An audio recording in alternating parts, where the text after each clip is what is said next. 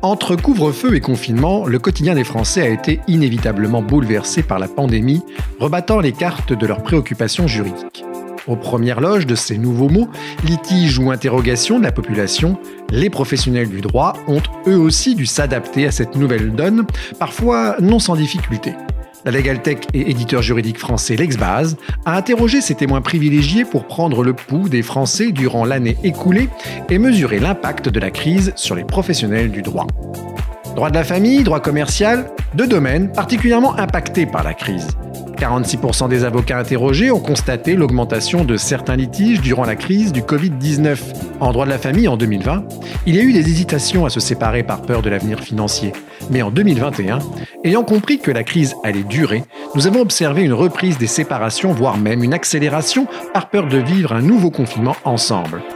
En parallèle, 21,3% des sondés ont également mentionné l'augmentation des litiges relatifs aux baux commerciaux et aux procédures collectives.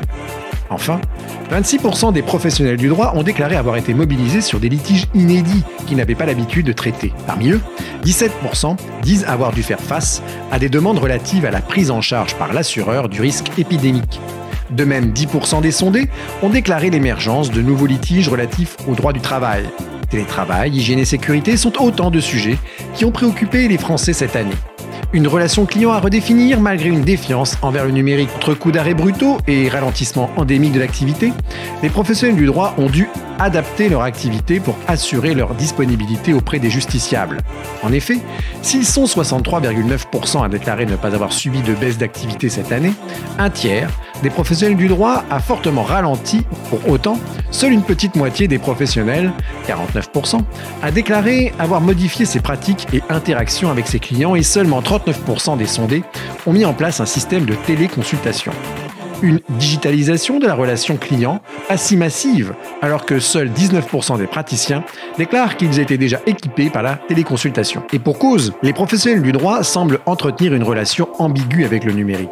48% estiment que le digital leur a permis de montrer toute la valeur ajoutée de leurs services et conseils pendant la crise, mais ils sont néanmoins 56% à estimer que l'utilisation des outils numériques a tendance à dégrader la relation client. De même, 36% des sondés pensent que l'utilisation des outils numériques est incompatible avec l'instauration d'une relation de confiance. Mais ils n'en font pas pour autant un bouc émissaire. Seuls 24% affirment que la crise a détourné une partie de leur clientèle vers des plateformes de médiation en ligne. Si, durant la crise sanitaire, l'accélération des projets de transformation numérique a projeté beaucoup d'entreprises 10 ans en avant, on ne peut pas en dire autant des professionnels du droit. La grande majorité des sondés n'a pas souhaité adopter les outils de téléconsultation, mail et téléphone ont pris le relais des rendez-vous physiques. De plus, une méfiance persiste vis-à-vis des nouvelles technologies. Beaucoup de professionnels du droit considèrent que l'utilisation des outils numériques va à l'encontre de la culture de la confiance et de la proximité qu'ils entretiennent avec leurs clients. La profession juridique à l'aube de son aggiornamento numérique? Au regard de l'année écoulée, les professionnels juridiques sont nombreux à remettre en question leur processus. Le gain de productivité devient un enjeu majeur pour un secteur notamment mis à mal par les effets du premier confinement. Un large consensus se dégage pour considérer que la profession va investir dans des outils de gestion des processus métiers, pour 62%, ou de la gestion de la relation client, pour 58%. Pourtant, ils ne sont respectivement que 48 et 43% à prévoir de le faire pour eux-mêmes. Même son de cloche du côté de l'IA. S'ils sont 41% à estimer que les outils d'intelligence artificielle vont être de plus en plus exploités par les professionnels du droit, seulement 23% des sondés prévoient d'y faire appel. En revanche, le refus franc et massif de déléguer une partie des prérogatives de la profession à des algorithmes, 62%, est encore plus affirmé. 82% le refuseraient pour eux-mêmes. L'un des enseignements de cette crise sanitaire, c'est qu'une majorité des juristes reconnaît que les outils de gestion des processus métiers et de la relation client vont peu à peu se démocratiser au sein de leur profession. Pour autant, des intentions aux actes, l'investissement dans ces outils demeure encore largement hypothétique.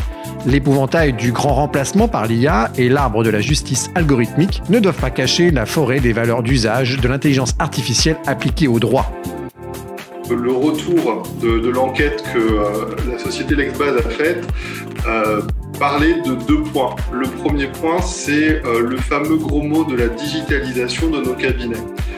Ça peut sembler faire peur initialement, mais en fin de compte, c'est un élément qui est plutôt commun.